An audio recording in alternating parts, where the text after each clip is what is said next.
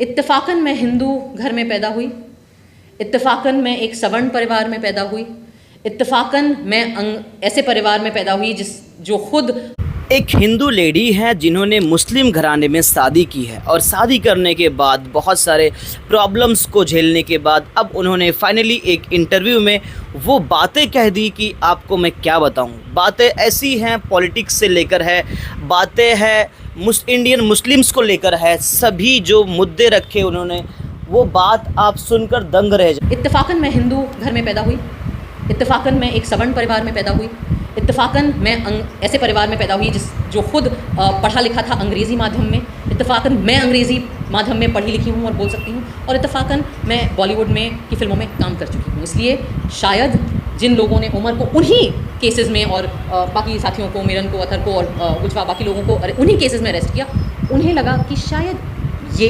ज़्यादा हो जाएगा। आप एक मुसलमान को आतंकवादी बता सकते हो, लेकिन शायद एक Hindu x naval officer, teacher, professor mother की बेटी को आतंकवादी बताना थोड़ा ज़्यादा हो जाएगा, कन्वीनियंट नहीं होगा।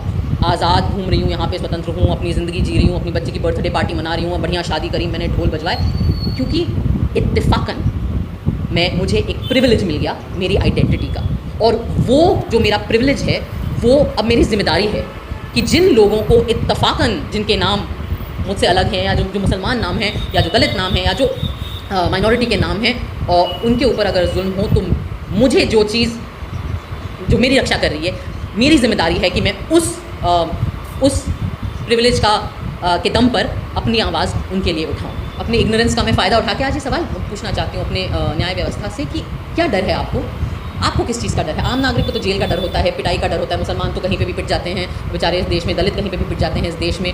इस बुढ़ापे में क्या डर है अब आपको? अब क्या लालच है आपके अंदर? क्या चाहिए आपको? हाँ, क्या ज़रूरत है? गवर्नर पोस्ट चाहिए, राज्यसभा जाना है, इतनी आपके अंदर लालच है कि आप महज आपका काम आपसे करने को हम मांग रहे हैं, वो आपसे नहीं हो रहा है। इस देश का हर नागरिक कुछ चंद माननीय न्यायाधीशों के ईमान पर हमारी सच्चाई दिख रही है, आज के वक्त पे गौर कीजिए। हर दूसरा इंस्टीट्यूशन अपना काम नहीं कर रहा है। मुसलमानों के साथ तो सबसे आसान बात है, उन्हें आतंकवादी घोषित कर दीजिए या गद्दार घोषित कर दीजिए। 400 पार करने गए थे वो 240 में निपट गए। 56 इंच के कपड़े फिट आते थे, उनके कपड़े नॉर्मल साइज के हो गए हैं। ऐसा लगता है कि हमारी न्याय कर चुके हैं। ये काफ़ी फेमस चेहरा है, बट बहुत सारे जनरेशन के लोग, अभी जो न्यू जनरेशन के लोग शायद नहीं पहचानते होंगे। तो मैं बहुत ही फेमस चेहरा है ये। हमारी न्याय व्यवस्था को याद दिलाना चाहती हूँ कि 4 साल कितना लंबा वक्त होता है। सितंबर 2020 में उमर गिरफ्तार हुए थे। 4 साल में मैं अपने फहाद, जो मेरे अब पति हैं, उनसे मिली। दोस्त थी पहले, जब उमर गिरफ्तार हुए हम दोस्त थे, जब अतर गिरफ्तार हुए हम दोस्त थे, महज दोस्त थे। उन 4 साल में हमारी दोस्ती पक्की हुई, हम लोग तभी भी जेल में थे। हमारी दोस्ती और पक्की हुई, ये तभी भी जेल में पड़े रहे। फिर हमें मोहब्बत हो गई, ये तभी भी जेल में थे, इनको बेल की सुनवाई भी नहीं हुई थी।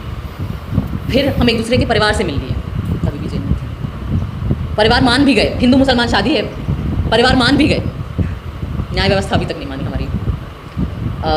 हमने शादी कर ली, हमारी बच्ची हो गई, हमारी बच्ची अब 1 साल की हो गई।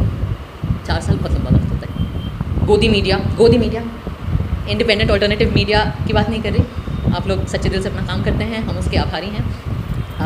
4 साल में जिस गोदी मीडिया ने उमर के खिलाफ, इन सब लोगों के खिलाफ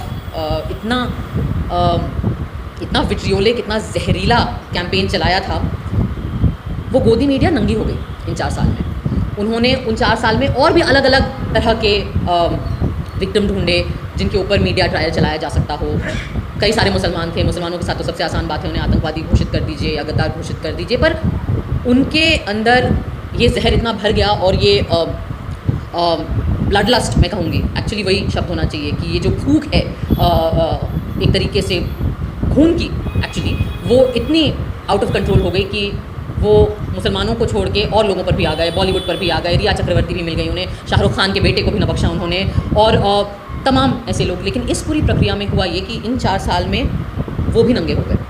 आज की तारीख में आप लोगों के वीडियो और पॉडकास्ट फिर भी लोग देख लेते हैं, लेकिन आम जनता भी अब जब अर्नब गोस्वामी या उनके ट्रू कॉपी वर्जन हैं और उसके जितने गरीब वर्जन हैं उनको सुनती है, वो भी जानती है कि ये झूठ फैला रहे हैं। 4 साल में और भी चीज़ें हुई।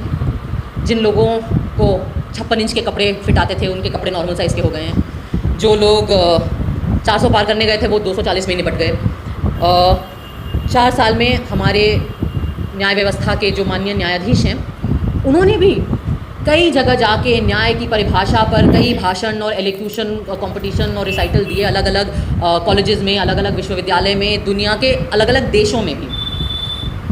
4 साल में इस देश का एक कन्विक्टेड, मैं नहीं कह रही हूँ, हमारी न्याय व्यवस्था ने जिसको कन्विक्ट किया है रेप का, वो इंसान राम रहीम, वो भी 4 साल में 10 बार बेल और पैरोल पा गया। 4 साल में गुजरात सरकार ने नई किस्म की बेशर्मी की हदें पार करी और बिल्किस बानो के कन्विक्टेड रेपिस्ट को अच्छे व्यवहार के तहत रिहा भी कर दिया। पहले ऐसे नहीं थे, चेंजेस बहुत चेंजेस आए इनके अंदर। पहले तो फिर जब आउटरीच बना ऐसा सोशल लोगों मीडिया का पे, बोलना है कि पहले ये ऐसे नहीं थे, उनके अभी तहत 4 बहुत साल में चेंजेस चलो आए। वो गिर के सुप्रीम कोर्ट ने उस कन्विक्शन को, उस रिहाई को भी ओवरटर्न करने का टाइम आ गया। लेकिन 4 साल में हमारी न्याय व्यवस्था को इतना वक्त नहीं मिला कि जिन लोगों को, और ख़ास करके वो चुनिंदा लोग, मैं उस पर भी आना चाहूँगी कि जिन लोगों को झूठे इल्ज़ामात तहत, और जो सबको पता है क्योंकि वीडियो एविडेंस है, आज की डेट में अलग अलग मीडिया पे काफ़ी सारा एविडेंस है, झूठे इल्ज़ामात के तहत गिरफ्तार किया गया, उनके खिलाफ, कई लोगों के खिलाफ ट्रायल भी उन्होंने शुरू करने का वक्त उन्हें नहीं मिला। आज जो मेरी बातें हैं, मैं वो हमारे देश की न्याय व्यवस्था से इसीलिए करना चाहती हूँ क्योंकि इस रूम में जो लोग हैं वो तो आधे लोग तो परिवार वाले हैं, वो खुद पीड़ित हैं इस नाइंसाफ़ी के। बाकी लोग जो एक्टिविस्ट हैं, उन बेचारों की तो ज़िंदगियाँ गुजर गई आवाज़ उठाते उठाते। पर मैं आज ये सवाल जो है और ये बातचीत एक दूसरे से नहीं, मैं आप लोगों के माध्यम से ये बातचीत हमारी न्याय व्यवस्था से करना चाहती हूँ।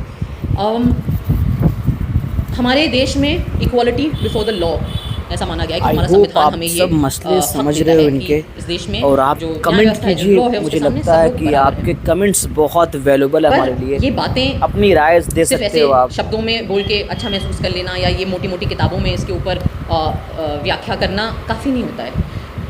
इक्वालिटी बिफोर द लॉ का कोई मतलब नहीं है। अगर दोस्तों आज की वीडियो सिर्फ इतनी ही, क्योंकि मैं इसकी ओरिजिनल लिंक मेरे डिस्क्रिप्शन में है, वहाँ पे जाके पूरी वीडियो आप देख सकते हो। इनकी जो आवाज़ है उसको शेयर कीजिए, पब्लिक तक पहुँचाइए।